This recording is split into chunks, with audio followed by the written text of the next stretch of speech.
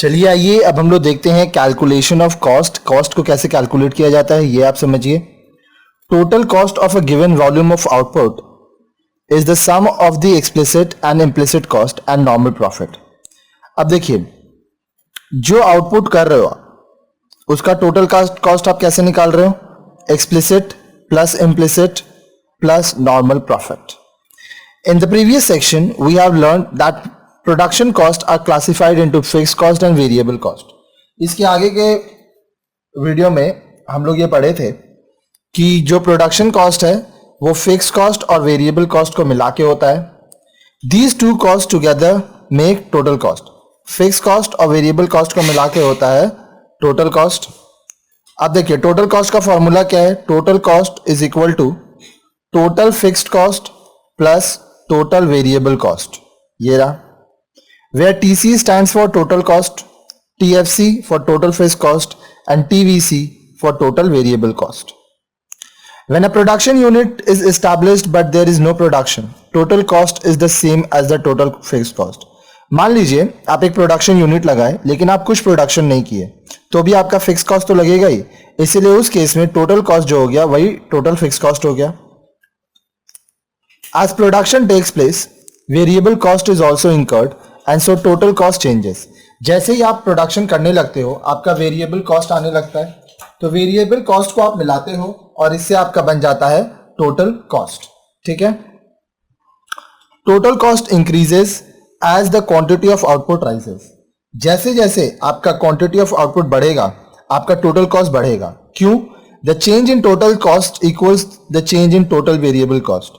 अब देखिए, ये जो चेंज हो रहा है ये कैसे हो रहा है? जैसे जैसे वेरिएबल कॉस्ट आपका बढ़ेगा आपका टोटल कॉस्ट भी बढ़ता जाएगा, क्योंकि फिक्स कॉस्ट सेम है, वो कांस्टेंट है, हर जगह फिक्स है। वेरिएबल कॉस्ट जब आपका प्रोडक्शन बढ़ेगा तो वेरिएबल कॉस्ट बढ़ेगा, जब आपका प्रोडक्शन कम होगा तो वेरिएबल कॉस्ट कम होगा। This is because total fix cost remains constant at all quantities of output. ये क्यों? क्योंकि चाहे आप कितना भी आउटपुट करो आपका टोटल फिक्स कॉस्ट हमेशा कांस्टेंट रहता है। Change in total cost is due to change in variable cost only. तो जो चेंज होता है टोटल कॉस्ट में वो इसलिए होता है क्योंकि आपका वेरिएबल कॉस्ट चेंज हो रहा है। The calculation of total cost can be explain through the following example. अब देखिए, जो टोटल कॉस्ट का कैलकुलेशन है वो हम लोग इस एग्जाम्पल से समझ सकते हैं। हालांकि ये मैं आपको आगे के वीडियो में भी समझा चुका हूं, लेकिन चलिए फिर से मैं समझाता हूं। Cost schedule of a pen producer. एक प्रोड्यूसर है जो कि पेन बना रहा है, तो चलिए आइए उसका कॉस्ट शेड्यूल पढ़िए। Number of pens in units, 1 unit is equal to 100 pen.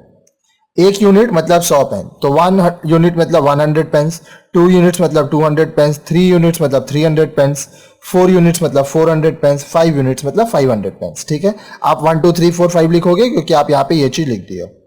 अब देखिए, फिक्स कॉस्ट हमेशा कांस्टेंट है, 60 रुपया। आप कहीं पे भी जाओगे ये फिक्स रहेगा। ठीक है, आप प्रोडक्शन नहीं कर रहे हो तो भी ये फिक्स है, प्रोडक्शन जितना भी करोगे ये फिक्स रहेगा। वेरिएबल कॉस्ट, जैसे जैसे आपका प्रोडक्शन बढ़ेगा वेरिएबल कॉस्ट बढ़ेगा। देखिए, जब कुछ प्रोडक्शन नहीं हो रहा था वेरिएबल कॉस्ट कुछ नहीं था। 100 पीस में या 1 यूनिट में 60 रुपया, 2 यूनिट में 100 रुपया, 3 यूनिट में 150, 4 यूनिट में 260, 5 यूनिट में 390। अब टोटल कॉस्ट कैसे निकलता है? Total fix cost plus total variable cost. कुछ भी प्रोडक्शन नहीं हो रहा है तो आपका ये कैसे निकला? 60 प्लस 0। क्यों? टोटल फिक्स कॉस्ट 60 है, टोटल वेरिएबल कॉस्ट 0 है। अब सेकंड केस, 60 प्लस 60। ठीक है, this plus this is equal to this. ये केस में आइए, 60 प्लस 100, इस केस में आइए 60 प्लस 150, इस केस में आइए 60 प्लस 260, इस केस में आइए 60 प्लस 390। तो यहां पे आप एक चीज देखिए, जैसे जैसे आपका प्रोडक्शन बढ़ रहा है आपका वेरिएबल कॉस्ट बढ़ता जाएगा और टोटल कॉस्ट बढ़ता जाएगा। इसलिए बोला गया था कि the change in total cost is because of the change of the variable cost. अगर वेरिएबल कॉस्ट चेंज हो रहा है तो ही टोटल कॉस्ट चेंज होगा, क्योंकि टोटल फिक्स कॉस्ट हमेशा सेम रहता है। ये एक फिगर है जहां पे हम लोग टोटल फिक्स कॉस्ट को और दिखा रहे हैं। देखिए, total fix cost at any position ये पैरेलल रहेगा आपके आउटपुट का। चाहे आउटपुट आप कितना भी करो, ये हमेशा एक ही लाइन पे बना रहेगा, ठीक है। इसलिए total fix cost is always parallel to output. Next, total variable cost. अब देखिए टोटल वेरिएबल कॉस्ट क्या हो रहा है, ये आउटपुट जैसे जैसे चेंज होगा ये भी चेंज होगा, ठीक है। कुछ आउटपुट नहीं है, टोटल वेरिएबल कॉस्ट 0। आउटपुट बढ़ाते जाओ आप, एक पोजीशन आएगा जब ये थोड़ा कम ग्रोथ करेगा, लेकिन उसके बाद ये बहुत ग्रोथ करने लगेगा। So there is a change in total variable cost with the change in output. As you increase the output, your total variable cost increases. As you decrease the output, your total variable cost decreases. अब देखिए इसको ध्यान से समझने की कोशिश कीजिएगा। ये हो गया कॉस्ट, ये हो गया आउटपुट, ठीक है। पहला है ये आपका, यहां से ये जा रहा है total variable cost, fixed cost, और ये टोटल कॉस्ट।